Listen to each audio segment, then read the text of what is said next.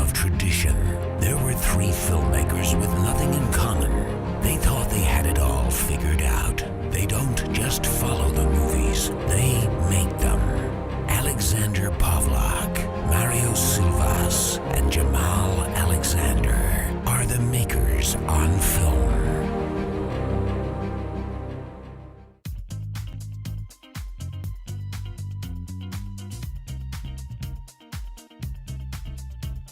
Hello and thank you for joining us again here on Makers on Film. I am Alexander Pavlak, writer-director, and with me is Jamaal AleXander, actor. Yep.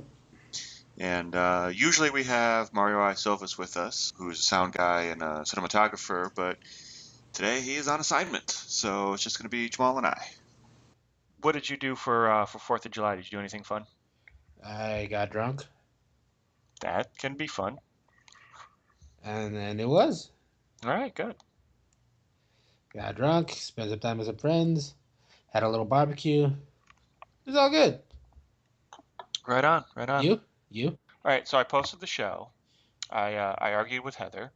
I went to go see Jurassic World and the Terminator Genisys, and then we shot off some fireworks. By yourself or Which part? the movies?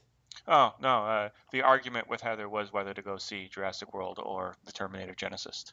And then you both just went to see both. Yeah. Okay. That sounds fun. Yeah, it was. It was actually pretty cool. Good movies, both of them. The Terminator, they're going to do 2 more sequels to it, no matter how good or bad this version of the Terminator is, just because they own the rights to it until like 2017, Yeah. 2020, something like that. So we're getting 2 more sequels off of this. But Well, Schwarzenegger's already said his goal is to recruit Dwayne Johnson for it, and I think he's kind of the reinvigoration that franchise needs at this point. the last I heard was that he's bowing out. He's not going to do the Terminator anymore, but he's passing it off to his son. Ooh. And- I don't want to see that at all, because I know he's from the loins of the Austrian oak himself, the Terminator himself. That kid's a pretty boy. Yeah, he does not look like his father at all. He looks like his mother, and he's not as big as Schwarzenegger, but that can change too. He can put on as much weight as he can between now and then. The best he could hope for is probably like Chris Hemsworth big, Thor big. He's not going to be like. I think of the Terminator. I think of guys like Schwarzenegger and Dwayne Johnson. Hmm. Yeah, Dwayne Johnson would have been a good replacement for Schwarzenegger, but I don't know. We'll see. The way the Terminator Genisys ended, it's possible that the Terminator will look completely different in the next movie. I am going to go see the movie probably this weekend. I do not want to see Schwarzenegger go just yet because I love Schwarzenegger. Well, you never know. I mean, one of my favorite stories is that Schwarzenegger was on the fence about doing Terminator 3, and he didn't want to do one that James Cameron wasn't a part of, and he talks to Cameron, and Cameron's like, look, he's like, I have no desire to do any more Terminators. Why don't you just go ahead and do it for the paycheck, take the money and run. And that's why Schwarzenegger did Terminator 3. But Cameron really believes that this is the successor to Terminator 2, and in his mind, this is Terminator 3. So take that for however you will. I take it with a grain of salt just because him and Schwarzenegger not only are frequent collaborators, they're generally good friends in real life, like they're really buddy, and I take it with a grain of salt because what if he's just there to try to help his friend sell a movie? This is true, and I enjoyed it, but I enjoyed Terminator Salvation. I mean, Terminator Salvation was what it was. There was no really, it was kind of a muddled plot line and everything, but I enjoyed it. I thought it was a good watch, and I thought this was a good watch. I liked the time travel, and Schwarzenegger really did a good job with the technobabble that they gave him. I thought his because usually when he does comedy, I think his accent kind of trips him up a little bit and ruins some of the jokes. But in this, he was on the top of his game. So you'll at least appreciate his performance in all of this. I to be perfectly honest with you, I don't think I've been disappointed by any of his performances because I never. It's not like I set the bar high, but I do have certain expectations. Yeah. Terminator 3, they made his character too much of the comic relief, and that's what I think really spoiled it for me. So what he had to work with wasn't the best of material. No, I mean they hit on something that I wanted, which is a Schwarzenegger performance should always have a little bit of humor, Mm, but a little bit is where I would cap it. yeah. I think this one has a little more than what it needed. And I think both these movies did that. They had comedy in some inappropriate places. Like um, Jurassic World, uh, in the control room, they had two characters that were full-time comic relief. And every time they went to the control room, it took me out of the movie a little bit because it seemed like they were saying, now it's time for a comedy break.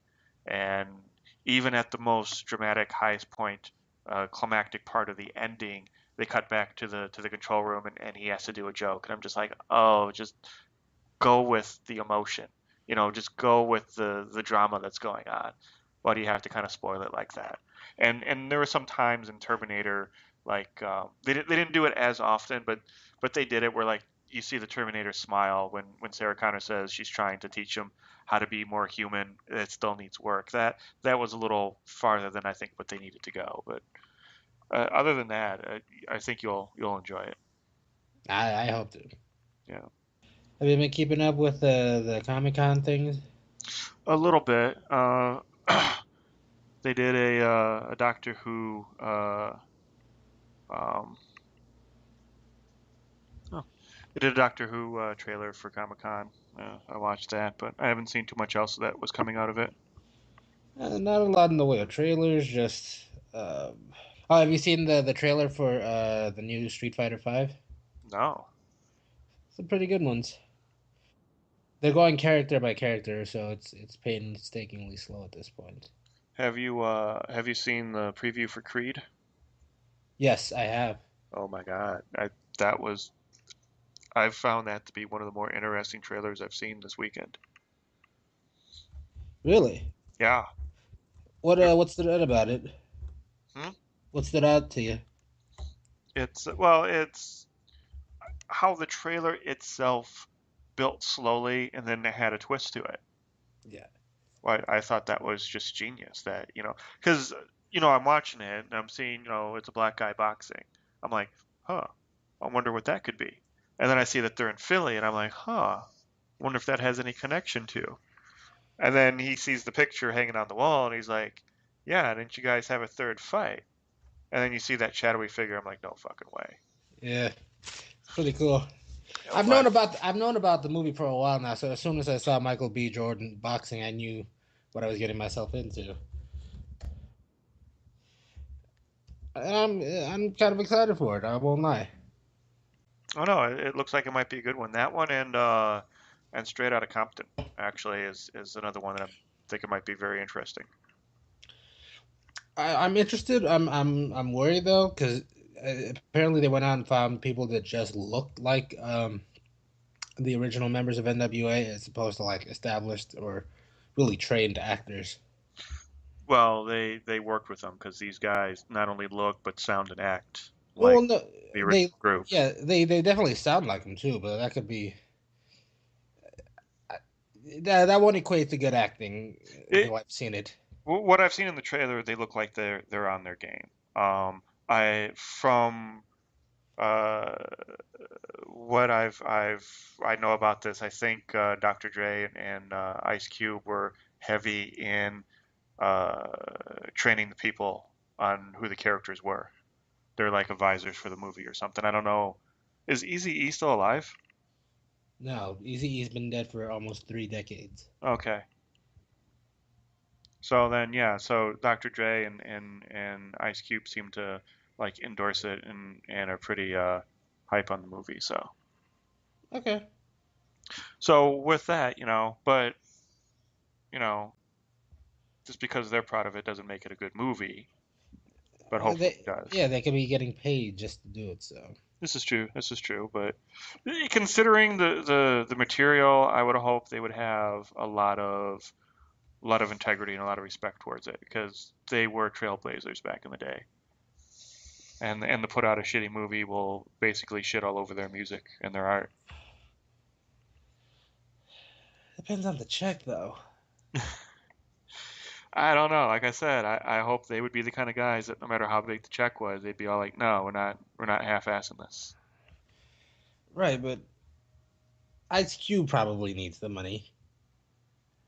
Ice Cube just did 22 Jump Street, so Yeah, and a bit part. yeah, but it's Ice Cube. He's a name, and he was in the commercial, so. I mean, it's not a good movie. I didn't see it because 21 Jump Street was horrible, and his character was literally pointing out the cliches that he will be doing in the movie. Ooh. Yeah, Again, something else you don't like, but is reviewed very well. yeah. Like people out there like it, but I haven't. I haven't watched a good. In my opinion, there hasn't been a good comedy in over a decade. So. Well, I mean, I remember the original 21 Jump Street, so that's how old I am. Yeah. And to see what they did to it in the movie is in a way a little bit insulting. I mean, the best part of 21 Jump Street is when the old characters make their cameos, and not even all of them did it. So it was like, okay, that's kind of cool, but I had to suffer through 45 minutes before the first cameo came around. And it's Channing Tatum and that fat kid. That guy's older than I am. The fat kid? Yeah. Yeah, well, he's actually a pretty decent actor. He was great in Wolf of Wall Street. He was great in Moneyball. He got schooled in Moneyball, though, I'll tell you that, because Brad Pitt and I forget who the other actor were. The scene was basically, kid, you sit there and you watch how it's done, kind of a thing. And they almost said that verbatim. Because, and then Brad Pitt and the other guy, and God, I should look that up. And then they start doing their scene together, and it's just like, okay, that's what he was up against. So yeah, he had to bring it in. And like I said, he was actually pretty good in Wolf of Wall Street. I can't remember what that scene is. In Moneyball? Yeah, is it him arguing with Philip Seymour Hoffman? I think that's the one. Yeah, where they go into the office, and they're arguing about the guy that Brad Pitt wants to trade and the other guy wants to keep. I'm trying to remember. There were several arguments in that movie between the two. Yeah. I just read something very depressing. An announcement at Comic-Con. G.I. Joe and Street Fighter are crossing over. Really? In a movie or in a video game? In a comic book, but just the fact that they're crossing over, it ruins things. It hurts my soul. I'm actually surprised they haven't crossed over G.I. Joe and the Transformers movie franchises yet. They're talking about it. It's out there. They did a small nod to it in the Transformers Gen 1 cartoon, where they had a character. One of the characters in the Gen 1 cartoon, if you're not familiar, was voiced by the same guy who did Cobra Commander. So they had those two characters together plotting. And then the Cobra Commander character runs off. And they never called him Cobra Commander, and he was in the shadows, but it was Cobra Commander. Huh. Daredevil. Or as I like to call it, Daredevil, because it's also written like that. Daredevil?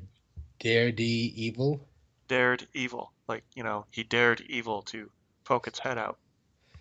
I thought it was hang on, no, it's not. It's one word, so it's not dared or anything.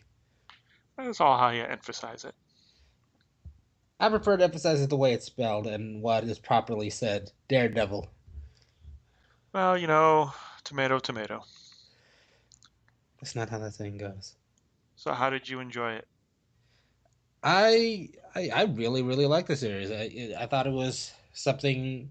To be honest, I don't think I've ever seen the kind of production value and quality and attention to detail in a series in any other series aside from the occasional Band of Brothers and possibly Roots. I mean, this was a really well done piece of film that was not a movie. Movies are usually the ones that get like the high production value. They're given an entire 3 to 6 months to really get every shot right, and I thought they were able to pull that off with this what 12 or 13 episodes. Something like that. Yeah. Yeah, Well, that's how movies, especially cable, is going right now. It's going with a shorter episodes, a shorter amount of episodes, so it can, get a bigger budget, put it more towards making it look more cinematic. And I think it's paying off, at least in this case. yeah, it's like for just the choreography. Let's take all that out. Just the choreography and the fight scenes and everything that's put into that, like in uh, there's cinematic quality there. It isn't to throw out an example out there. Buffy the Vampire Slayer or Walker Texas Ranger, where it's just like really half-assed, uh, basic, you know, fight scenes. Well, This is yeah. there's actually another contemporary show that is somewhat similar in the fight scenes and the parkour and what they're trying to do, and that would be Arrow. And I don't know if you've actually seen that or not. I've seen it, and even then, it does. Those scenes don't hold a candle to Daredevil in my eyes. I mean, they're very much done like primetime cable sort of. We have a day, an afternoon to shoot this in. Let's make it as simple as possible. Oh yeah, no, it's not as good as Daredevil, and I was thinking that because Arrow and its spin-off and the other spin-offs that are coming out shortly, they're very much a soap opera feel to them that just so happens to have action elements to it. This really felt like an action drama, really. Yeah, heavy on the drama. I wasn't so sure about the cast at first.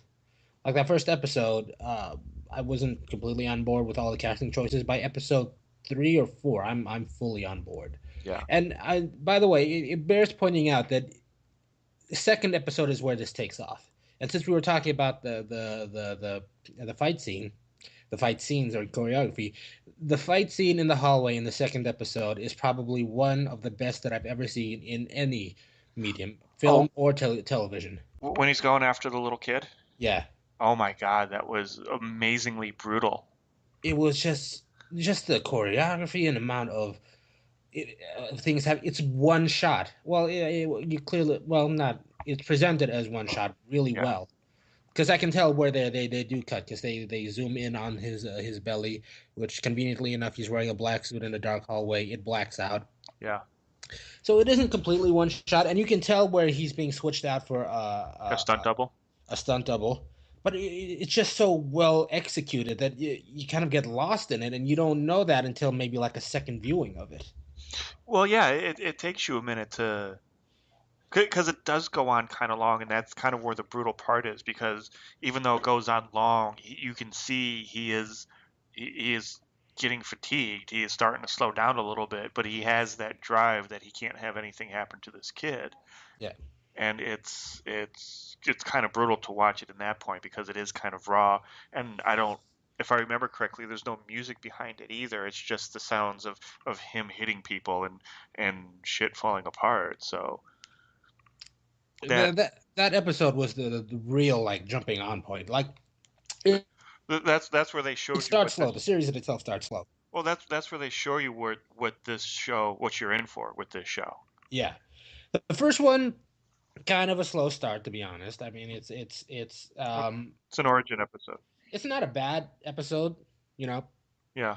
It's really the second one where it really shows you, hey, we're we're a lot better than what you're normally used to with these kinds of shows.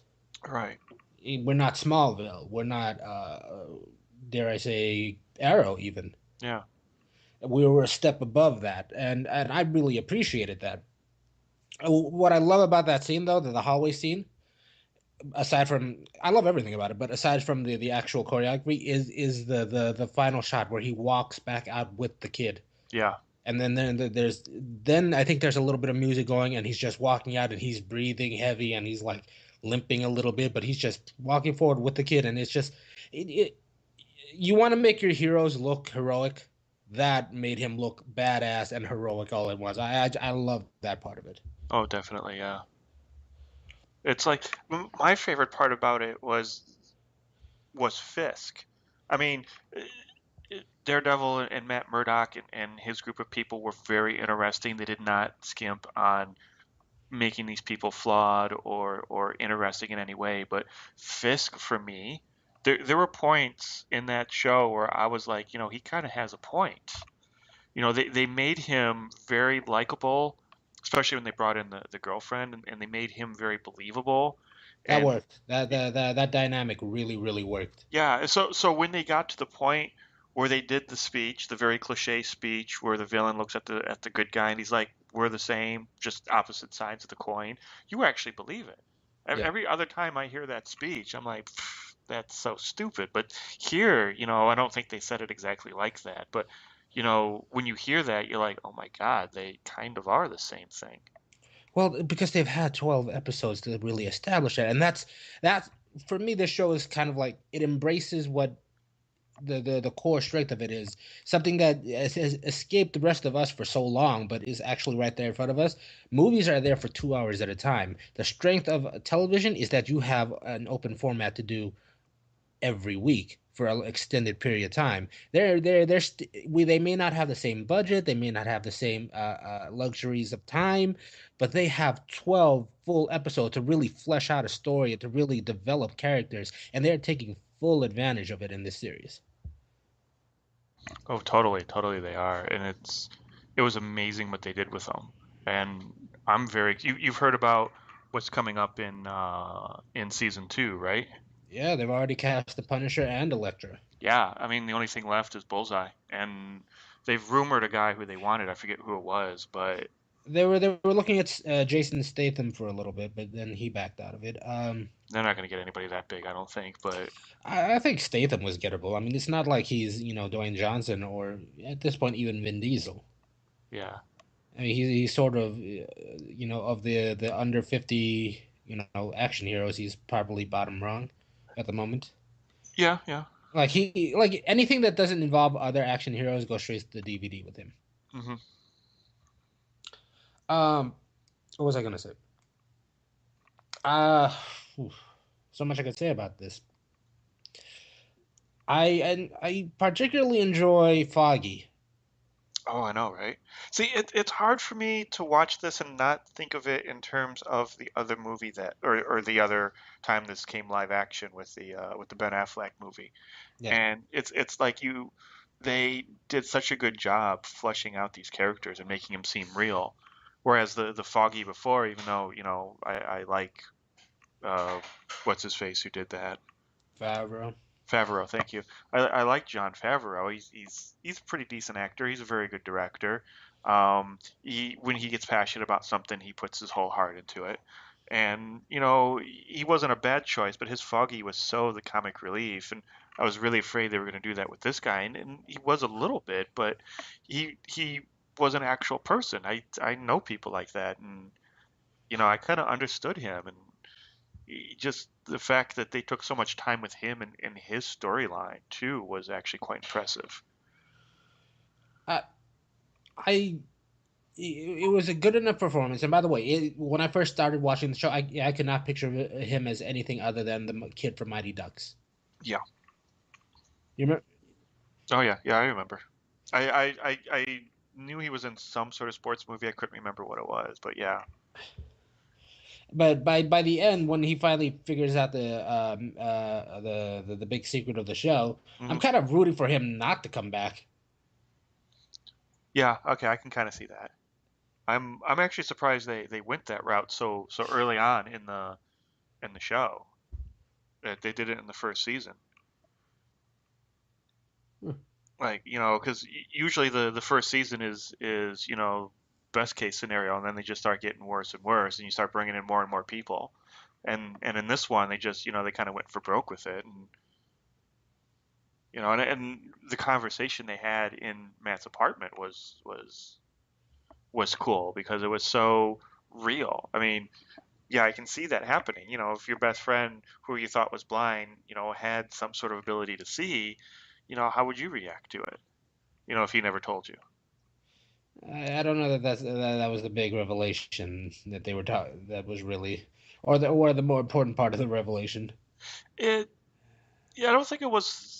Well, yes, of course, him finding out that dudes running around beating people up, and because he was always kind of thinking of the Masked Avenger that they were calling him Yeah, as being more of a menace to the city than he was a hero. And that was kind of cool where he comes up and he finds out that that his friend is this masked hero or slash villain or slash vigilante, whatever he is, that he ran through the gamut with it all. But it all boils down to can you actually see? Because it's the whole thing is that our whole relationship is a lie now because you tell me you're blind and I think of you one way and here you are completely different. yeah, yeah. Uh, the fact that there were lies there to begin with, and the two of them play off of each other so much that the fact that there was any lie between the two of them seemed like it would be something that would shatter the one or the other. Yeah. And they do a very good part of like just reinforcing how much they do like genuinely care for one another Hmm. to the point where they're in tears when they're trying to split up. It honestly felt like you were watching a breakup scene. Yeah. Yeah, Like very much. yeah, And that was really the nice thing. It was when that happened and when their little trio broke up for a while. It it was really when you start seeing it as the hero's journey throughout this whole season was one hero's journey, and this was the part where for the hero everything falls apart and he has to find it within himself to carry on the fight. And I was just as from a writing standpoint, how they did it, how they carried it through the entire season. Like they treated the whole thing as a 12-hour long movie, and it's just a great bit of writing for the whole part. yeah. The female lead too. I forget her name, but The she the blonde, the secretary. yeah. In fact, let me look that up. I want to. Deborah Ann Wall as Wool as Karen Page. She wasn't bad either. There there were moments where I felt her character was kind of going on this that she felt a little bit too much like a damsel in distress. In the beginning, yeah. In the beginning, yeah. The twists and turns of the season. I mean, this is really a great example of developing a character over the course of a season because she's by the time she the by the end of the series she's done the most growth. I feel Yeah. even beyond Matt Murdock, the Daredevil, the main character. Like I think she goes through the most intense personal journey out of the group. Yeah, well, for me, there was a little more growth there because I remember her from True Blood and I remember her character there, and it took me a couple of episodes to get that out of my mind and believe her as this kind of meek secretary instead of this, kind of childish vampire. So, she did a marvelous job in True Blood. I'm not saying she's a bad actress. It just took me a minute Yeah, to see her in a different role. And then once you do, though, yeah, it's she does a lot of growth, and when she gets in league with the reporter, um, that's when I think her character really starts to develop and become an entity in and of itself. yeah. Which, by the way, the reporter just a great find in casting that guy. I've Yeah, seen him in everything. His name's Vondel Curtis Hall. yeah, Vondi Curtis Hall. He's I've seen him in other stuff, and he's usually got a bit part. This was like the most I'd ever seen of him, and he's really really good, genuinely talented. I thought he was one of the better performances in the show, right up there with Leland, the right hand man for Wilson Fisk. yeah. Oh my God, I felt really bad when. Oh no, it wasn't Leland. Leland was the older guy. Who was No, Leland, or no, not Leland. God, what's his name? his right hand man, James Wesley. James Wesley. Yes. Yes. When he got shot, I was all like, oh man. I Well, no, felt because even despite their evilness, the two of them like the relationship they have with each other, Fisk and James yeah. Wesley. I mean, that was kind of touching. Yeah. Well, Wesley believed in Fisk so much that it was almost father and son kind of relationship that you could tell Wesley looked up to him and was so proud of being a part of his organization. And that and again they do a cliche thing, but they do it so realistic and so honestly that we see Fisk starting to beat up on his own men at one point. And they always do the cliche thing to show you how bad the bad guy is. He'll shoot one of his own guys. Yeah. But this one didn't feel like that. It didn't feel forced. He started beating up on this guy for no good reason. He had a good reason in his mind. And it's Yeah. like, he he was doing what he was supposed to do. And Fisk was like, you should have been here to protect him. Why weren't you? And it's like, damned if you do, damned if you don't kind of a thing. And, I felt bad for that henchman, but it was like, you understand why Fisk goes apeshit like that. Yeah. It's a story of Wesley really like believing in buying into Fisk's vision, while as Fisk looks at him and goes, "This is probably my one true friend in the world." Yeah. It's like the way Vincent D'Onofrio, D'Onofrio. D'Onofrio, D'Onofrio. yeah, the way he plays the part, he plays him almost autistically. That I got that from him. Yeah. Yeah, that he's Well, very my introverted, that he doesn't like the limelight at all, and that when they don't speak his name, it stems from that, not that he's like Voldemort or anything. But um from the way D'Onofrio describes the character is he describes him as just pretty much a large child, a large dangerous child, and I right, and I. And I got that sense from him. And what a way to establish him, like the first time you really get to know him. Like after the dinner hmm when he just shows you just how brutal he can get. I yeah. mean that was a great way just to set up that this guy is dangerous as all hell. hmm Well, it's a nice touch too that when he's talking to Matt Murdock when they're in the art gallery, and this is the first time they actually meet. Yeah, That he doesn't just talk to him. He doesn't say, "Hey, how you doing?" He starts in with his speech about how he wants to change the city. That's how he relates to people. That he can't just talk to them one on one, a live conversation. He has these pre-programmed bits that he has to say because he's so awkward in public. yeah, And it's amazing that, he has to have that barrier between him and everyone else, the Wesley and the girlfriend and Leland and the other mafia heads, that he can only talk to them and then they send the message out. That once that guy is gone, once, the wife or the girlfriend is gone, that in the comic book she later becomes his wife, but once she's gone, the whole thing falls apart for him, and that's really kind of what brought him down. yeah. Hubris is what I would attribute that to because at the end there he's just kind of like parading the fact that he's beaten everybody. That Okay. last sequence of the entire series where he kind of just he swaggers. He's not running away. He's trying to swagger away.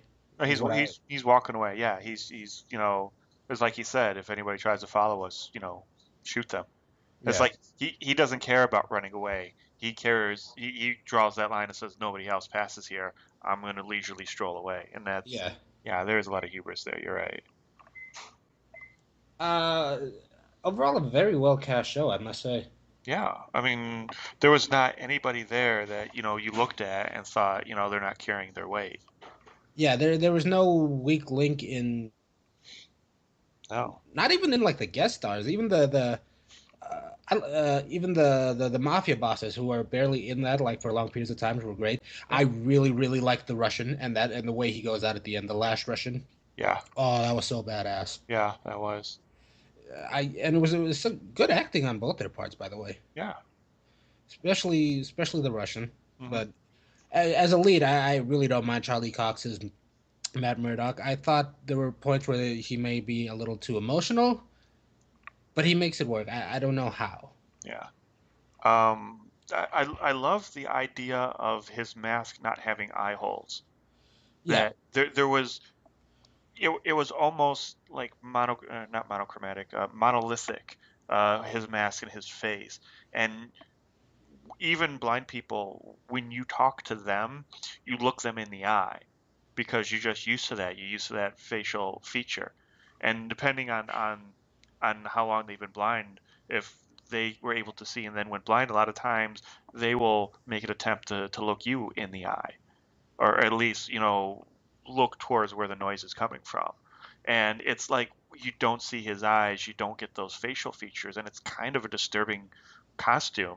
And even though I was really jonesing to see the red outfit, I wish they would have brought it out a little bit earlier. It was cool to see him in that black outfit, and not to have that point of reference and just have him look very unworldly. I actually really don't like that red costume. It's not the best. Well, even the design apart, I don't like the fact that they introduced it. Up until that point, this was kind of like a real drama. Yeah. There was no elements. There was barely any elements. In fact, you were like 2 scenes away from like no superhero elements in this at all. And it was really grounded in reality, and I really like that. And then all of at the end, now he's wearing this weird costume. Yeah. Well, there was parts of the costume that I totally get, and they made it a very dark red. So, Yeah.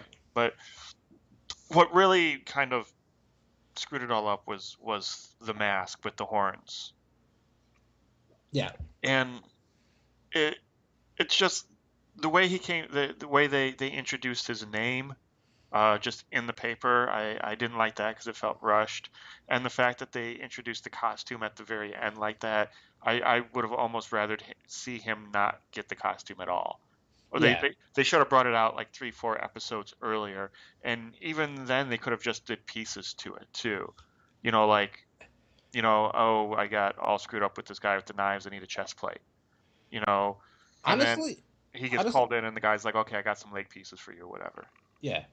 Well, which, by the way, even that guy who's in like 2 episodes, not too bad. Well, no, it was so cool to see that he was like a little mentally off, and that it's like, and his motivations and the reason why he's fighting, it was just so compelling. Even aside from the fight scene, just his reasoning behind everything was just very interesting. Yeah, and not a bad actor, by the way. I've seen him in other stuff. I think this is the first time he's played a good guy, and he doesn't do too bad. I mean, well, he's not really he's just a sympathetic character. Yeah. Um, I'm I actually think the Ben Affleck costume I would prefer over this. I do like the Ben Affleck costume. I understand where they were going with this one. They were trying to make something more tactical looking, more padded, more reinforced, kind of a SWAT style outfit. But yeah, I'll be surprised if in the second season the costume looks exactly the same, and I think that's one of the reasons why they pulled it out at the end, Yeah, because they're going to make some changes to it. yeah, and gather from what I gather from just online chatter, a lot of people didn't like it either. Not because the costume itself is just terrible or anything. Hmm. It's just that for the rest of the tone of that show and the vibe of it, Hmm. it was just so gritty and real, and all of a sudden you just threw this fantastical element out there, and it didn't fit. Yeah. If instead of him having an all black outfit, which if if you read the Frank Miller version of Daredevil, I he did. does spend some time out of the costume and in an outfit like that, and it also is very reminiscent of Frank Miller's Year One for Batman. But it's like had he had some blood red things in his outfit, like the shirt or the mask, Yeah. that would have made the transition to that costume, I think, a little better. I honestly, I would have accepted him just painting over the costume that he did have. Like even the look of the final suit, the Daredevil suit, Hmm. it looked like a movie product. Yeah, Whereas it looks like it probably takes him a good like half hour just to get it on. yeah.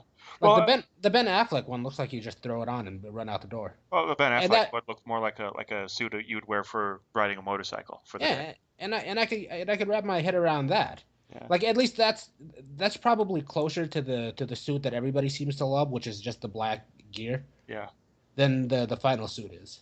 Well, I think had the mask not been so much like the comic book, with the horns and the eyepiece and everything, I think if they would have just given him a pirate style mask like he had been wearing, I think that would have been a better look. That it would have been less comic booky and have been more okay. He needed some padding and some other stuff, and he still has just the do rag around his head. Yeah, I think and that would have been a better way to go. I I agree. It was something. I mean, it's not, it's not a deal breaker. It's not hugely terrible. No. It's the one thing that sort of sticks out, and least, if I had to put in one thing that least belonged in that series, it was probably that suit. Yeah. Um, But they did it because again it's very comic booky, and the very last thing you see when he's jumping off the building is direct panel from one of the comic books. yeah, I really did not like it. I mean, it looks so cheesy. Again, something that looks so good, so dramatic, so realistic, and then to end it like that with clearly wires involved, a very staged shot, Yeah. and I did not appreciate it. But uh, Well, just be thankful that they did that at the end instead of at the beginning. yeah, I mean to be honest, it's an ending that does not live up to anything. The show deserved a better ending than that, I think. Yeah, but Like it earned a better ending, but didn't get that.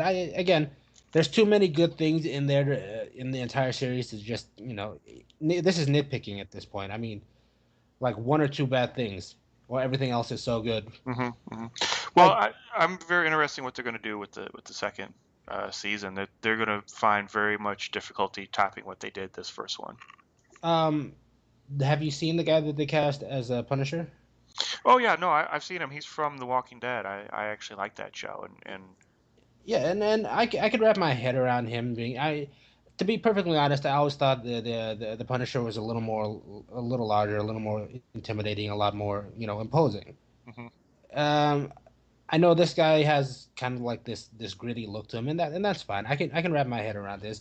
Um, Before we move on to the second season, I really have to say one of my favorite things about the first season was the dad, like the way he goes out at the end. Oh, Fisk's dad, No, no, Murdoch's dad, the the boxer. boxer. Okay, Yeah, double crosses the mob, bets yeah, everything on himself to win, actually does win, and then knowing full well what's coming.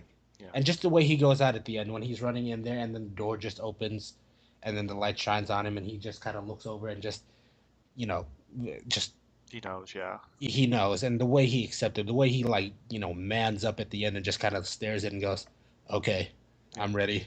That was cool. Oh yeah, and that I have no idea how realistic that is. It felt realistic in the show, but I have no idea how realistic that is. How involved the mob is in boxing. It is incredibly involved. As a boxing fan, Yeah. well, it was, and right around that time period, maybe not so much, but right up until like the Marciano days, or maybe a little after even, the mob was heavily involved in boxing, Yeah. like to the point where you could you could you know say that an entire card was mob set. It could have been professional wrestling. That's how Yeah. bad it was. But it's like I totally get where a boxer would just be all like, "No, I got to see if I can win." And I always felt that if I were a boxer in those days and they said you have to take a dive, I'd be like, "Okay, I'll take a dive, but you have to set up another fight, me and him, you know, honest. I don't care if there's an audience or not. I just want to see who's the better boxer."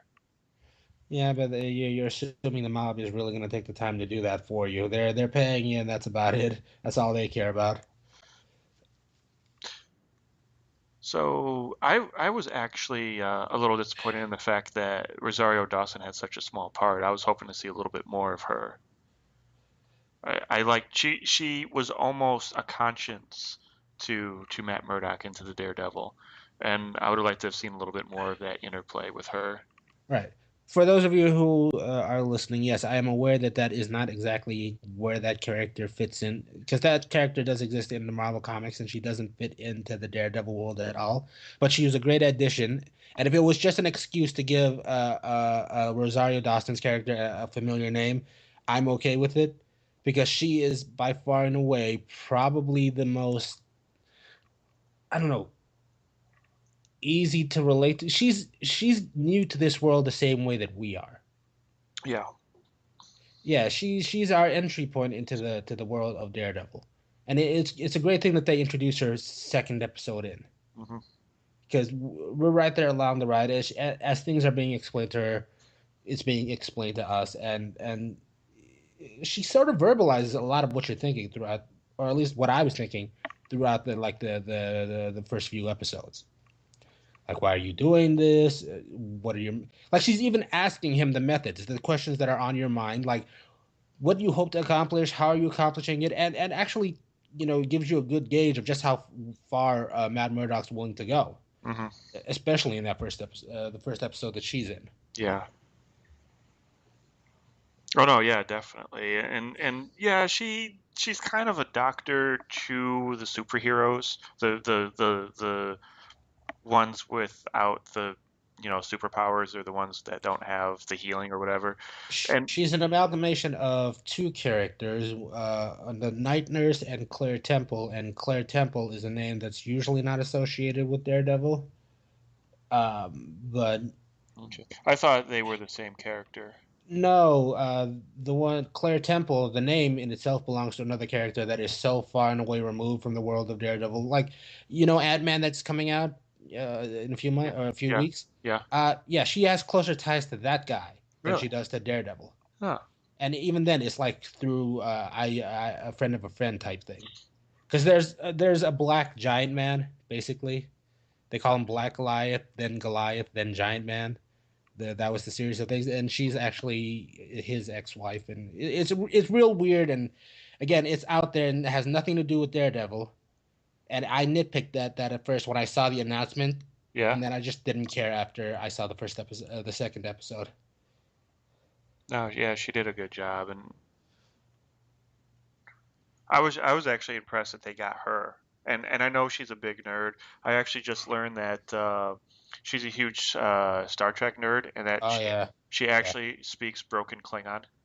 And she's been lobbying to play a Klingon for quite some time, and I don't know why they don't just give her that opportunity. Oh, that would have been wonderful to see in one of the TV series.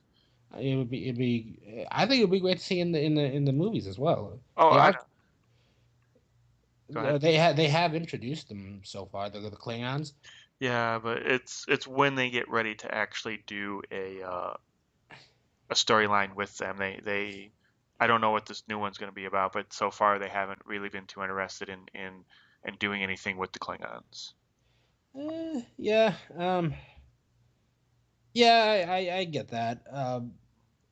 Again, a guy can hope. I mean, they're probably my favorite subset of or species in the entire series, but we're Yeah, digressing. That's Star Trek. We're Daredevil right now. yeah. I honestly, I can't think of a weak episode in the series, but whew, I do have to say I love the pacing. They don't overwhelm me with stuff. Like every episode, you know how some shows, like for instance Smallville was a monster of the week type show. Hmm. This was he had like a different villain every week, but it didn't feel like a monster of the week show. The same plot lines really carried from one episode to the next really well. Yeah. Well, it really wasn't a Monster of the Week show. It was, everybody was somehow associated with Fisk, and they all found a reason to believe that Daredevil needed to be taken care of. So yeah, you're right. It never felt like Monster of the Week. It felt like, cogs in a machine more than anything. Yeah, they had a great way of just keeping certain storylines alive for the entire time Hmm. and developing them. Like you don't lose interest in the fact that Deborah Ann Wall's character Karen Page you don't lose interest in the fact that she's actually actively undercover, trying to figure out exactly what's happening. Yeah. Which is a hard thing to do, considering most of what she does until that that fateful moment where she shoots James Wesley. Most of what she does is just paperwork. Well, But you're kind of you're interested. You buy into it. yeah. There is something about her, and she said it at the table, and I wasn't sure until she pulled the trigger. But she says to Wesley, "Do you think you're the first guy ever, killed or tried to kill or whatever?" And she pulls the trigger, and she does it with very little hesitation. Because usually in those kind of situations, they do something like the bad guy will say, "Oh, you have to take off the safety," and then when the person with the gun looks, he rips the gun out of her hand, or he does the whole morality thing. "Oh, if you shoot me, you're no longer a good person." But that wasn't done. He didn't get the chance to do that. She just started pulling the trigger, which it serves her because it goes into that kind of flight or fight thing, that the ability to for self-preservation. And it's just like all of a sudden I start thinking about it. I'm like, she said that maybe she was just trying to get into his head and kind of screw with him a little bit, but now all of a sudden I'm starting to think maybe she has a bit darker of a past than what we know about, and hopefully they delve into that. It seems like she does have like a darker past to her, but I'm struck by how afterwards there's a lot of like genuine guilt and like trauma to what she just did. Yeah. I Oh thought she yeah. played I thought she played that really well, by the way. But because doesn't her character in the comic book, isn't she like some sort of heroin addict or something? Yeah, this for those of you who aren't familiar with Daredevil comics, after Frank Miller's run, or probably starting with Frank Miller's run, the writers of Daredevil basically it was a contest to see who could fuck up his life the most, and the people around him. Like he goes through one tragedy after another, and this goes on for a good decade and a half, Yeah. probably 2 decades. Like he has the worst luck of any hero, including Peter Parker, and he has shitty luck too. Yeah. And so some of the characters in I guess in a drive for what they thought were more mature stories, but in retrospect could be seen as just kind of like shock value. Some of the characters, develop really weird things, Yeah. like really weird storylines. Like for instance, Karen Page ends up a heroin addict, and at some point in her life, to actually pay for that addiction, well, she moves out to California to be an actress, becomes a drug addict, and then to pay for that addiction, she starts doing porn. Yeah. Oh, okay. Really, I didn't know that. Yeah, that's and then when she finally comes back, Matt Murdock helps her get clean, and she becomes this sort of activist against pornography and all of that stuff. And so, yeah, it's one of again, I thought it was more done for shock value, Right. and that was, I guess, at the time that was an acceptable way of kind of like conveying, hey, we're trying to tell really really mature stories. Yeah. Um, Well, because in this, they say something about who would believe somebody, especially with your past, when they're referring to her. And I assume that's what they're alluding to, but they never say it outright what her past is. well, it seems like they're doing it out of order then. Because Karen Page in the books shows up early. She's fresh faced and she's like the girl next door, leaves, then comes back all fucked up, leaves and then gets cleaned up, leaves again, comes back as the love interest who's got her act together, and then dies. Like this is one of the many, many tragedies in Matt Murdock's life in the comic books. Right. So then, do you think she will survive season 2? I think she'll survive season 2. They have cast Elektra as well. But for those of you who are wondering who, it's Elodie Young, and she played the female ninja in G.I. Joe 2. I'm trying to remember the name. Jinx. Jinx is the name of that ninja. Yeah. I'm actually a little surprised because Elektra is supposed to be Greek, isn't she? Yeah. Yeah, so they went with a more Asian actress. So I don't mind it so much. I am a little confused as to. I guess they got her for her martial arts abilities, but I don't see that from her. Yeah, like I've seen the second GI Joe, and I wasn't all that impressed. no, I wasn't either. Like I like Dwayne Johnson in anything he's in, but No, actually, she's not. What was this? she's a French television and film actress. I guess she's not all that Asian looking. Her father's wrong. Cambodian, and her mother's French. Oh All wait, right. she does have some legit karate training. Yeah, no, I remember her from GI Joe too, and her moves looked pretty legit. I'm willing to give her a shot here.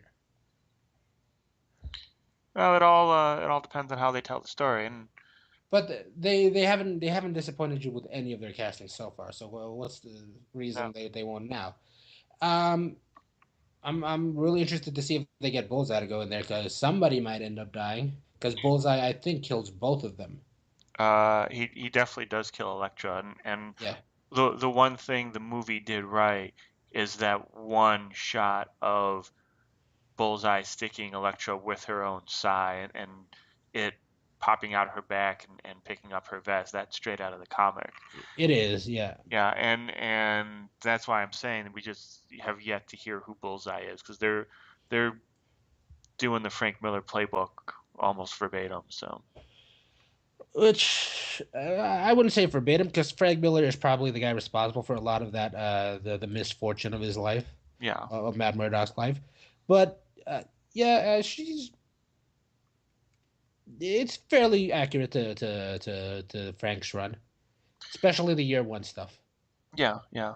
I'm just yeah, it's because Elektra's supposed to be a love interest for him. So if she comes in, of course she's going to die. So I think that might be.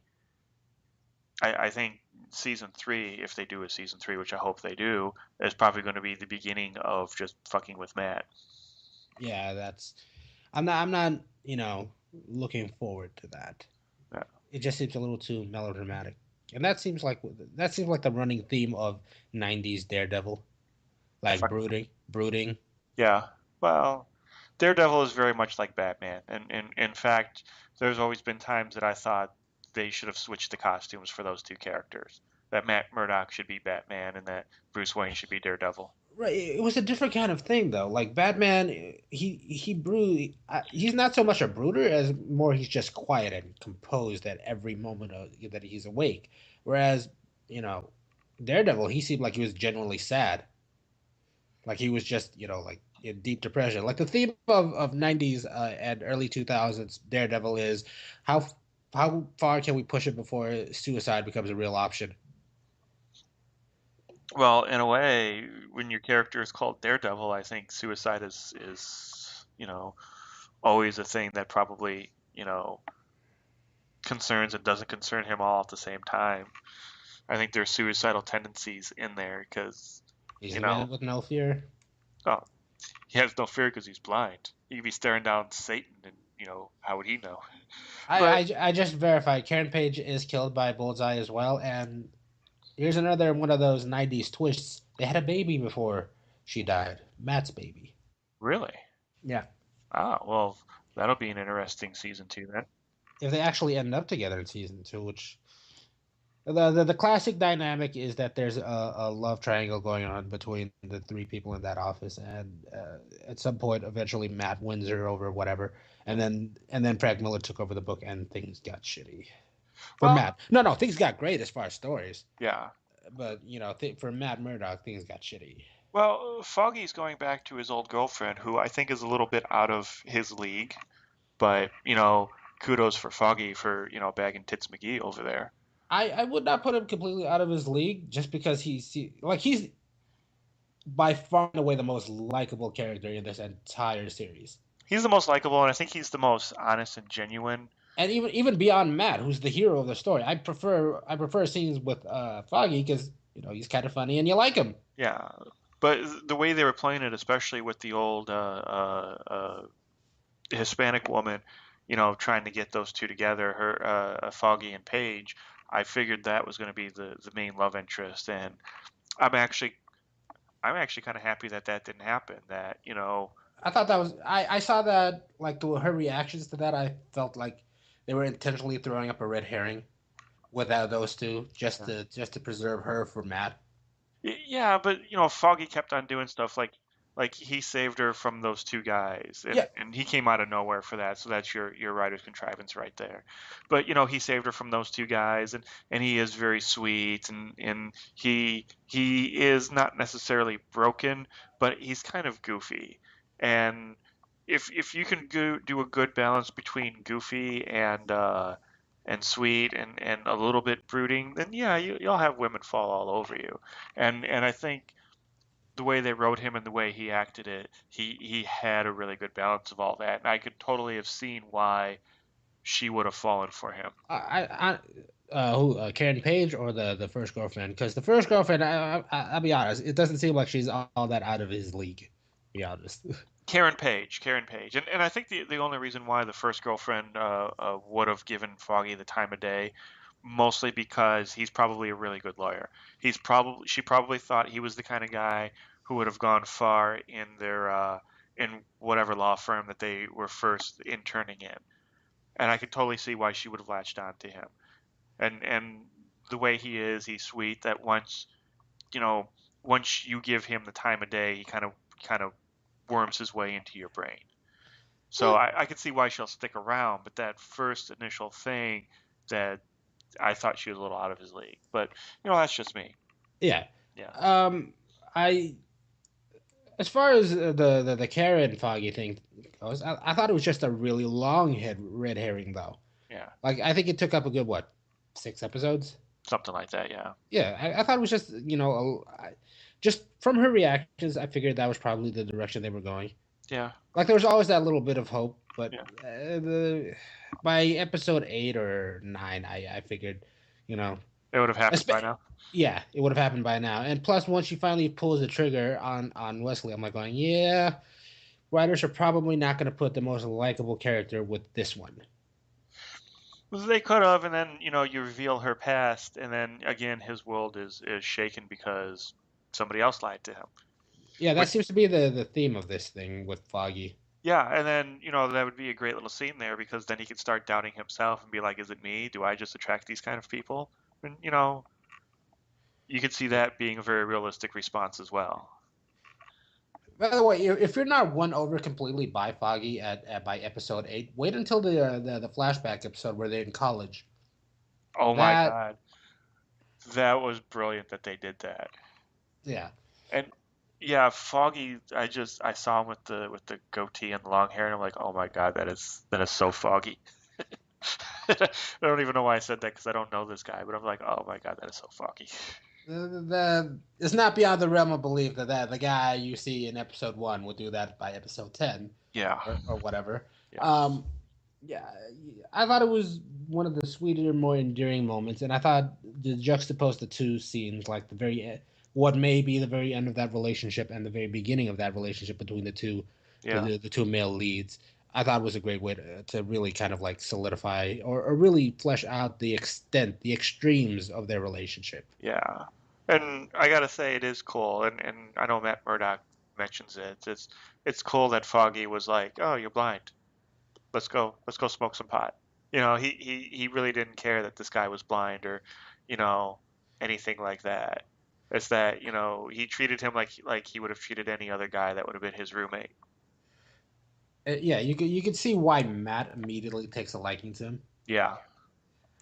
Because he's kind of solidly in your team the minute you meet him. Yeah, totally. Yeah. All right. It's about 9:30. Do you wanna wrap this up so you can get some sleep? I would appreciate it. Yeah. Okay. Any last thoughts about Daredevil then? Anything that you hope for season 2? I'm really interested to see if they stop the casting at it's Daredevil versus the Punisher in season 2. Mm-hmm. One of the high, if not like one of the top high points of the first season was the villain. Yeah. Fisk. Like he's the baddest villain that's ever been on a TV series, in my opinion. Like I don't know any villain that's probably better. Yeah, totally. And I would be very interested to see if they cast another villain in the second one. I'm thinking it's going to be the girlfriend. I mean, if you think about traditionally Fisk and what he wears in the comic books, he wears all white. In this show, he wore all black, but the girlfriend wore all white. I think that might be the filmmaker's way of foreshadowing that she's going to take his place while he's in jail. Possibly. I think we She, might be. I think we might be reading too much into the clothing because after a while he loses that in the comics. Like I don't know if you've seen him lately, but that old. I remember the suit you're talking about, yeah. like the with the ascot and everything. Yeah. And they actually make fun of that in the TV show. She mentions that some French guy, some French artist who always wore that kind of outfit hit on her, and then they kind of laughed at that. Yeah, actually, I didn't make that connection till now. Good catch. Oh, thank you. Yeah, because I'm By the way, watching them and I'm listening to what they're saying. I'm like, wait, that used to be Fisk's old outfit. oh, well, now that you bring up the two of them together, that actually like the routines episode where you follow Fisk from day to day. Oh yeah, that was a great episode. Yeah, to interject her at the end into his routine and to make it like really fit that way, I thought was really cool. I thought Well, it just added to that. It just really kind of like encapsulated that relationship, what yeah, she offers to him. yeah. Well, the thing is, as she learns about him, at first she initially backed off, but when she comes back and she starts learning more about Fisk, she doesn't really back off anymore. And especially after she got poisoned, she's very much about, you know, being with him and learning who he is and what he is, and that's why I think she might take over while he's in jail because she was not afraid of his lifestyle.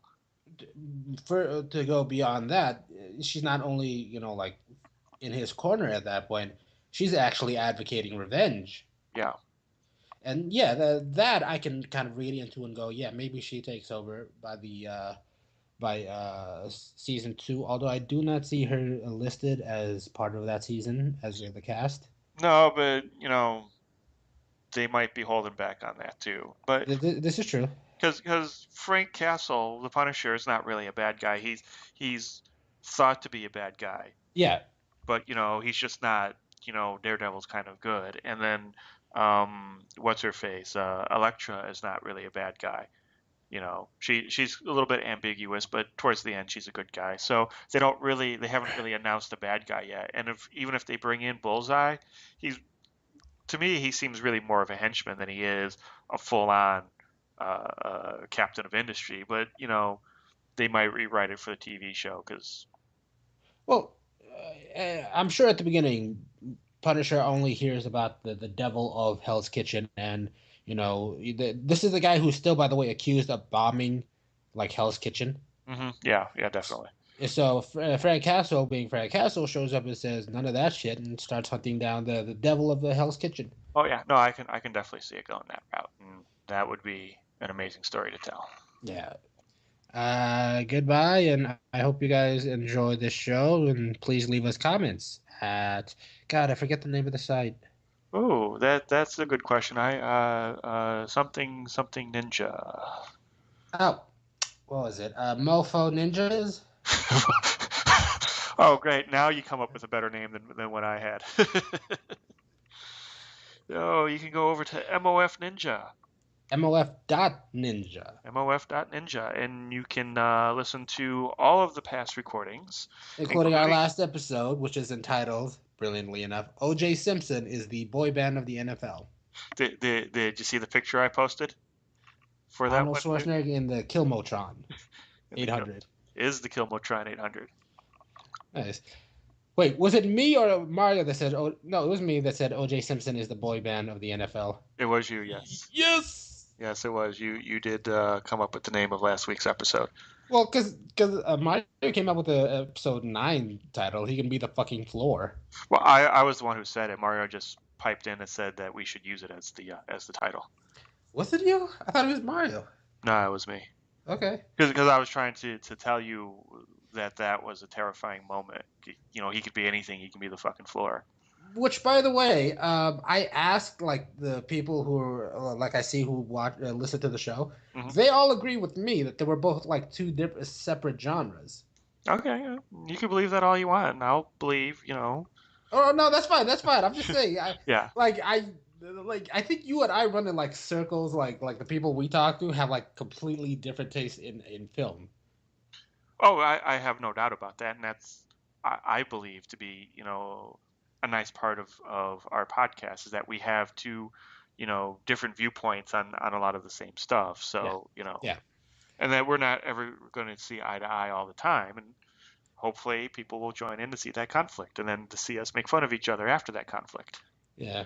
Which, by the way, is extraordinarily we like a bunch of the same stuff, just for completely different reasons.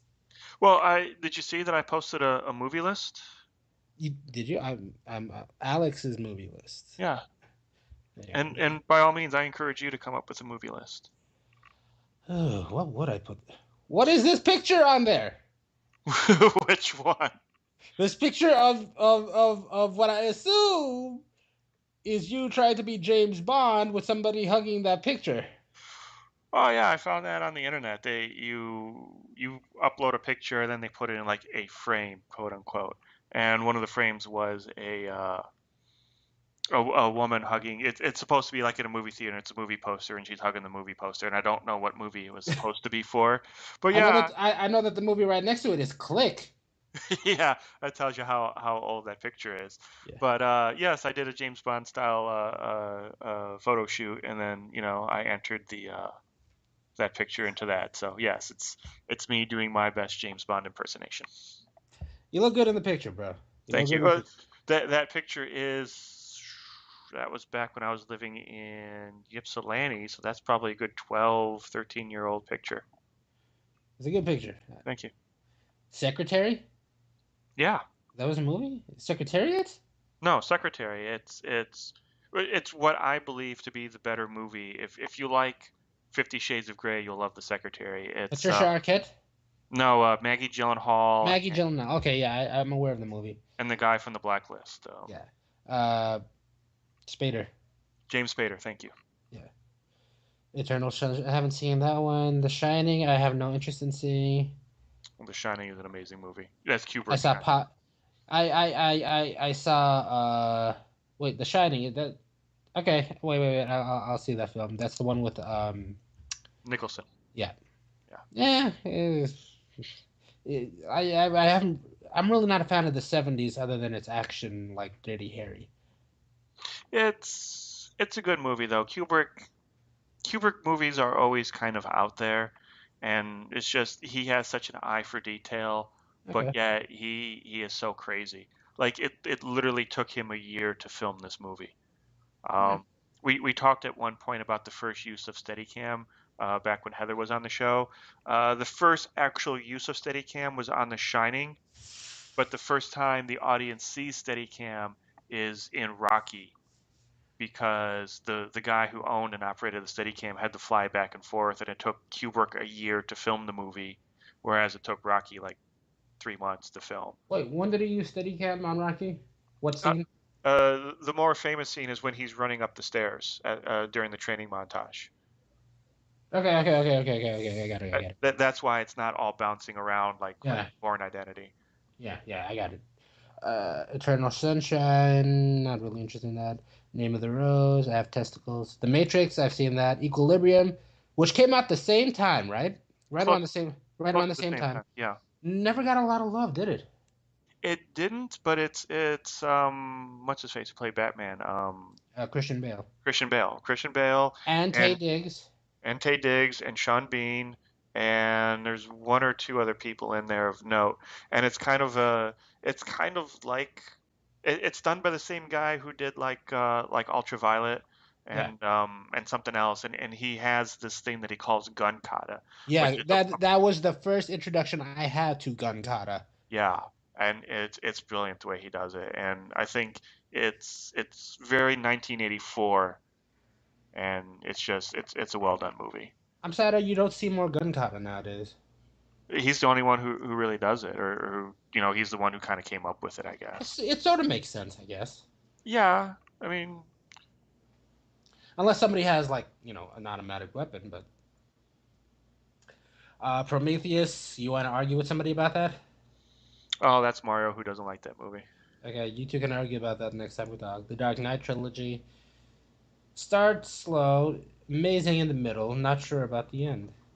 Of the whole trilogy, or Yeah, the end is a little weak for the whole series, but on the whole, the fact that they tell you exactly how it's going to end, yeah. I think is just a brilliant bit of Gone Girl. Haven't seen it yet. I was just telling Seven is next on the list, and I was just telling somebody the other day I would pay to see that done as a TV miniseries. I would pay to see 7 to 8 episodes of that. 7 episodes of Seven would actually be kind of awesome. That it makes sense, doesn't it? Like one for every sin, Yes, it does. and then maybe not necessarily just seven. Maybe like a bonus two, one to set up, one to finish. Like you can turn like what's in the box into its own episode. Yeah. Well, I mean, like the what's in the box is a sin, and then because that's Pride, is it Wrath, or pride? is it was No, it no. Wrath? Wrath is when he shoots the guy in the head for killing his wife. Ah, so two sins in one. Yeah, so that's 2 sins in 1 episode. So you can still do an intro and then use that as the outro, and you can still have 7 episodes and do 2 sins in 1 or even 3 sins in 1, however you want to do it. What's the game? That's done by Fincher. It's Michael Douglas and Sean Penn. Um, it's Michael Douglas is like a an office worker, and he signs up with this company. It's kind of like that Schwarzenegger movie about Mars.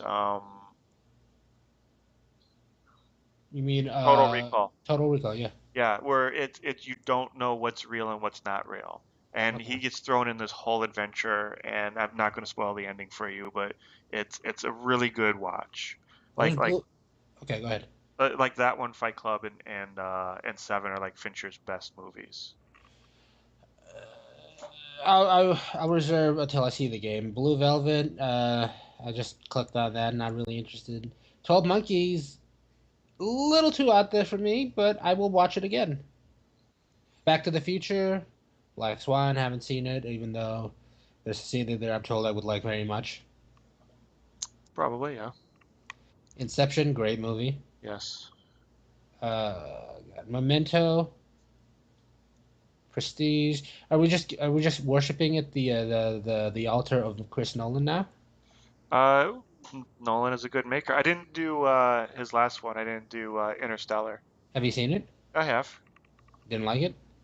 I haven't made up my mind on it yet.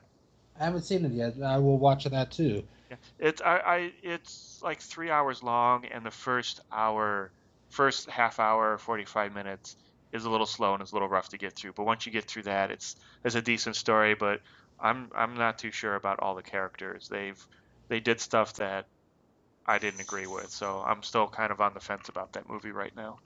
I see Fight Club and then Drive. I haven't seen Drive yet, but I hear people loving that movie for some reason, especially apparently the way it develops over time. Yeah, it's one of those movies you're either going to love it or you're going to hate it. And a lot of people hated it because they saw the advertisement for it and thought it was going to be a car chase film, and it wasn't.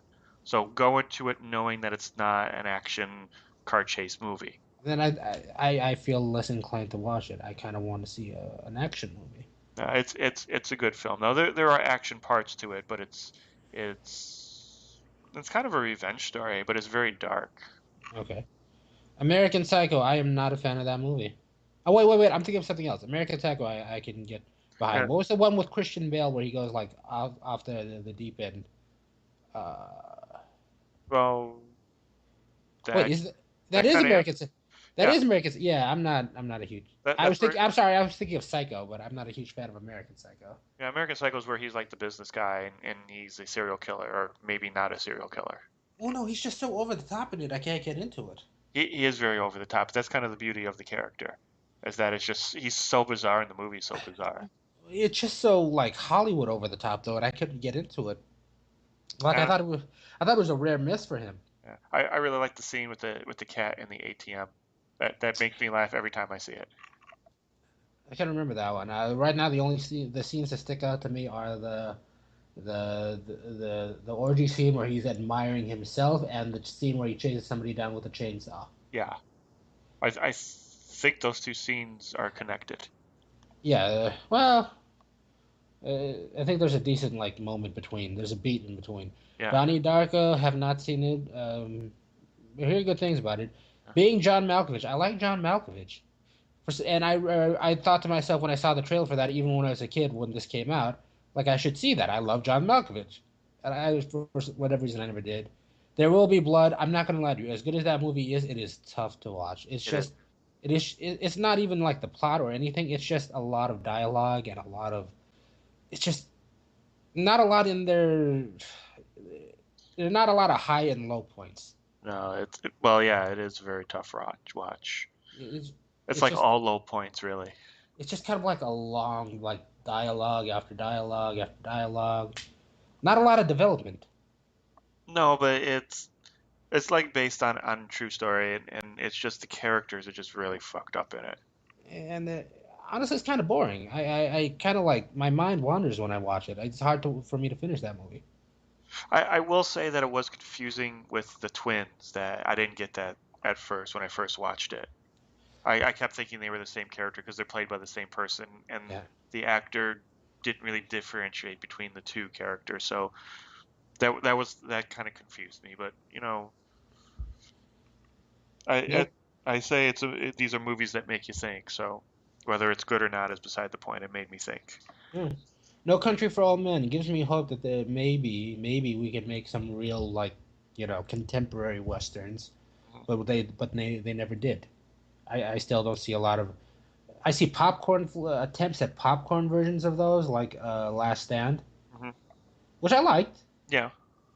Just I want somebody to really like give a real like attempt at like a modern day western, and I don't get a whole lot of that. I love westerns. Yeah.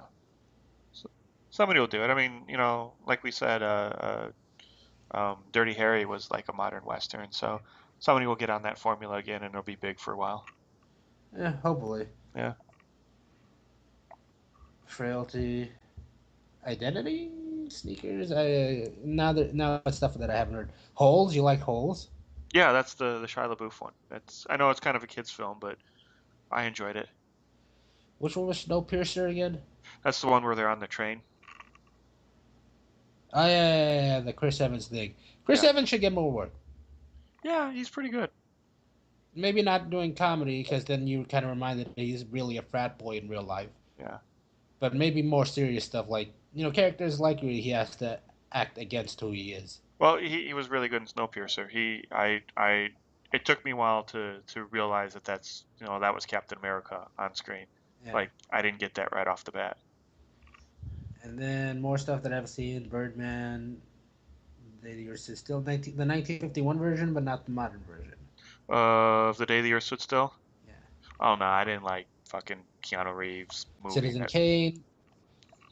I've come around to say Keanu Reeves. I like a guy who embraces who he is. I like that's his persona. We don't fault Eastwood or Schwarzenegger for playing into that same sort of persona that they created on screen. Why should we fault Keanu Reeves? No, I'm not faulting Keanu Reeves because I believe him when somebody says, "Oh, he's not from this planet." Sure, I believe that totally. The thing that I just didn't like the movie that he was in, that modern version of The Day the Earth Stood Still. Okay. I thought it was crap. There are a lot of Rebecca's out there. Night of the Living Dead, original or new? I have the original. Okay. The remake though was really really good. I have to say I don't know which one I like better. Blade Runner. There's a movie they should remake. Would somebody like Chris Evans? Interesting. I would rather see Chris Evans do Indiana Jones than Chris Pratt. Yeah, I could see. Well, yeah. It's tough. I don't like Chris Evans when he's trying to be funny because again, it just reminds me that he's probably a douche in real life. Yeah, but there wasn't the comedy in Indiana Jones didn't stem from Harrison Ford's ability to do comedy. It stemmed from him saying a weird thing in a weird situation. So I think Captain America could pull it off. Okay, A Beautiful Mind. I didn't think that would be your kind of movie. No, it was an interesting film. It's It's very artsy, very European artsy. it was, but the plot of it just it made you guess throughout the entire thing what was real and what wasn't. Observe and Report. Yeah. Really? Have you seen that movie?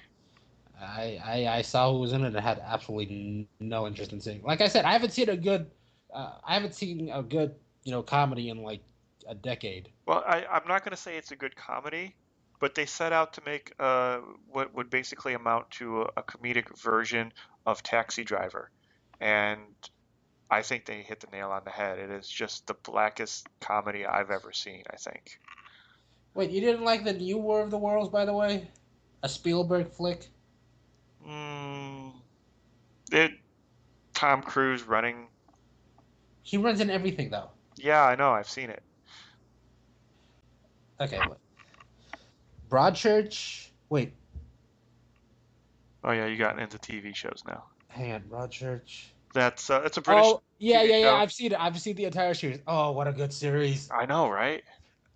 They're, Fucking amazing. they were talking about doing an American version They with did do an American version with the same actor. David Tennant. Yeah. I'm not sure I want to see that. They're saying it's not as good. Nah, it's all watered down, I'm sure. God, what a good series. Yeah. Hannibal season 1. I see. I just did season 1 of all the TV shows just to give people a taste of it. Okay, True Detective. Yeah. Amazing show. Uh-huh. A game changer in my opinion. Yeah. The problem is it's ruined itself by coming back. I haven't seen any of the new one yet. I haven't either. I don't care to either, and it doesn't matter if it's good or not. It should have stayed what it was. Well, the whole plan of it was to be a series, and they change out the cast every time. Oh, I forgot to put in American Horror Story. That was a good one too. I haven't seen any of it. The first 3 seasons are really good. I haven't seen the 4th season yet. Twin Peaks. Yeah. Really? 90s is calling. Oh Yeah. no, that's the 80s. Twin Peaks? No, that was I believe 90 the 90s. It was the early 90s, yeah. 91. It's just so 90s though. Like if I could encapsulate like what artsy was in the 90s, it'd probably be that. Yeah, it doesn't necessarily make it a bad thing. I know, you're right. I'm nitpicking at that. It's a good show, but it's like if I had to pick the one thing that made like what they thought was like, 90s avant-garde, Yeah. it'd probably be Twin Peaks. Yeah. I'll give you that.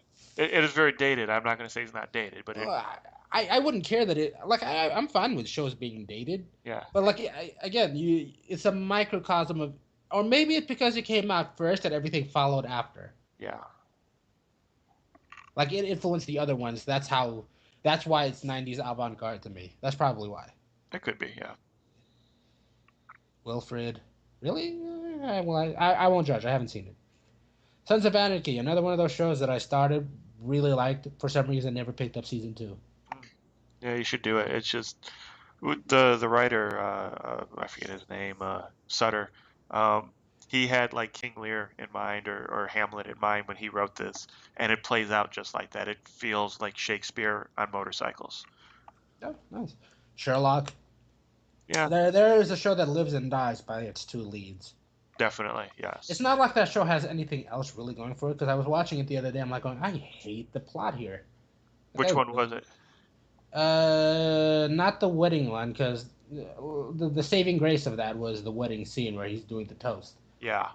But like I watched the actual mysteries and like for instance the ending of season 3 or 2, no 3, where it's the blackmailing guy. Yeah.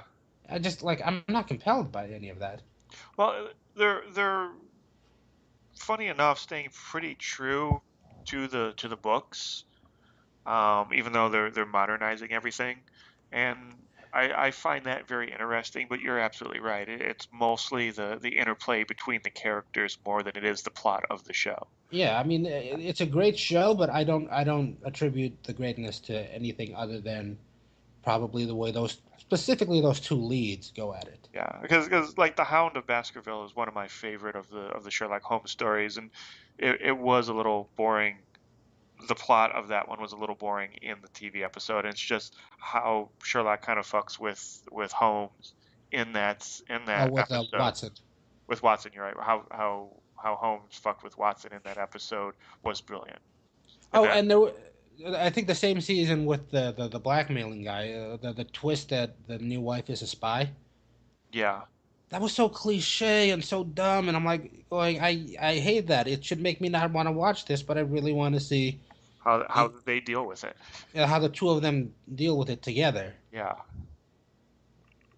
Yeah. Good choices here. I like your list. Thank you. I won't agree that the complete series of Doctor Who, like I think Tennant on is good. Eccleston had his moments. I really do not like Eccleston. You know why? Nope. Not there. There was no quirk. He is to Doctor Who what Frank Miller was to Daredevil. Well, he darkened what should have been a fun character. He was the war doctor. He was the one who survived the war with the Daleks and had to deal with what he did. And if you notice, he's the one who is quick to pick up arms and want to exterminate the Daleks every time he sees it. When Tennant comes around, he's a little more compassionate. He's kind of coming. Eccleston is the guy who came to terms with it. Tennant is the guy who's doing to work to move past it. And then Smith is the guy who is the one who kind of is him reinventing himself. He's no longer that, so he's going to do the thing that's most removed from the War Doctor. And the thing about it is, had Eccleston come back to be in the 50th anniversary, it would have tied all that together, because he definitely would have been what John Hurt was, in that he was the War Doctor. But here's the thing. Here's my thing about that. Yep. With all the recastings, with all the reincarnations, and with all the changes, the one thing you can actually say survives through all of that, except for Eccleston and John Hurt, which I really don't count John Hurt. He was there for like an episode. Yeah. Yeah. So Eccleston. The one thing that doesn't exist, the one thing that is passed down throughout all of those characters is the quirk, the eccentricness, yeah, and the humor, and it is completely missing from Eccleston. And why not throw shades? Why not throw elements? Why not, or why not make it a point of the first scene to gradually grow that back? None of that happens, and he stands out like a sore thumb. It's not that it's missing; it's that it's severely downplayed. Like he is very broken in that series. I say missing because I don't see it at all. It's there. It's like I said. It's downplayed a lot. It's very subtle. It's him having that goofy grin on his face is mostly what it is. But they went from that, and they kept progressively getting to a more eccentric character. And now with Peter Capaldi, he's not with Eccleston. Well, Eccleston was the star. He was the more realistic or basic person, and then it got more and more goofy. And now with Capaldi, I think hopefully the pendulum has swung all the way to one side, and it's going to come back now. I honestly hope the exact opposite happens, and they go out and find another young. Because I like these younger doctors they've been coming up with, the last two especially. Yeah. Well, Tennant and Smith. Actually, they're the only two young ones, but the Tennant was my favorite by far. But yeah, I'm really liking what they're doing with Capaldi, and I'm hoping what my theories are will come true. And what I'm theorizing is that Capaldi was in an episode of Doctor Who with David Tennant, where Tennant saves him from the fires of Pompeii, if you remember that episode. I don't. It was him and Donna end up in Pompeii right before the volcano hits, and Peter Capaldi and his family are the people that they stayed with, and that's where their box is. Well, I should point out I'm not like a hardcore fan of it, but I've caught a bunch of episodes of them. And I know enough of Eccleston. Well, I've seen most of Eccleston's because it was like one season. But every time I've seen David Tennant on that screen, like it's a wonder why I haven't actually just seen every episode that he's in. oh my God, it's very powerful stuff, and the end will make you cry. Oh, I've seen the end. The end was just absolutely gut wrenching. And Just the way he says it. they shot it 3 times, and the last time he did it, they were like, we're not using this because he made the entire crew cry. They're like, this is way too emotional. We can never put this on screen. Nobody will survive it. Oh. Yeah, So, thank God for that time travel thing, because now we get to say like you can insert him into anything. Well, there's still an alternate reality version of him somewhere with Rose in an alternate universe, so he can always come back. But didn't they actually kill off the main Rose though? I don't remember. Did they? Either she's dead or she just went back home and. No, she went back home. I would rather she was dead. You know why? Why? Because then for her to have actually just decided of her own volition to leave the doctor, that bugs me. No, she never really left the doctor because there's that alternate version of him that's in that alternate. Right, but if the original one, the original Rose just decided to leave the doctor, that kind of takes away from their dynamic for me. Yeah.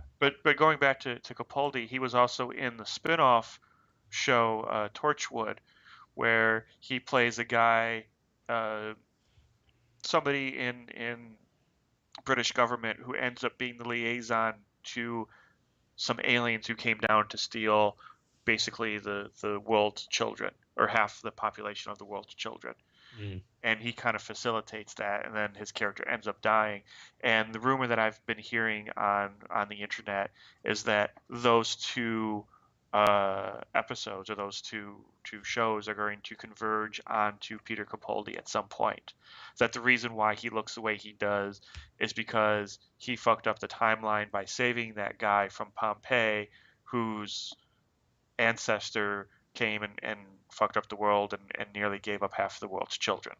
So I've heard, fan theories, and I think that's a great theory. And they allude to that with him saying that, his eyes look familiar, his face looks familiar, but he can't quite place it.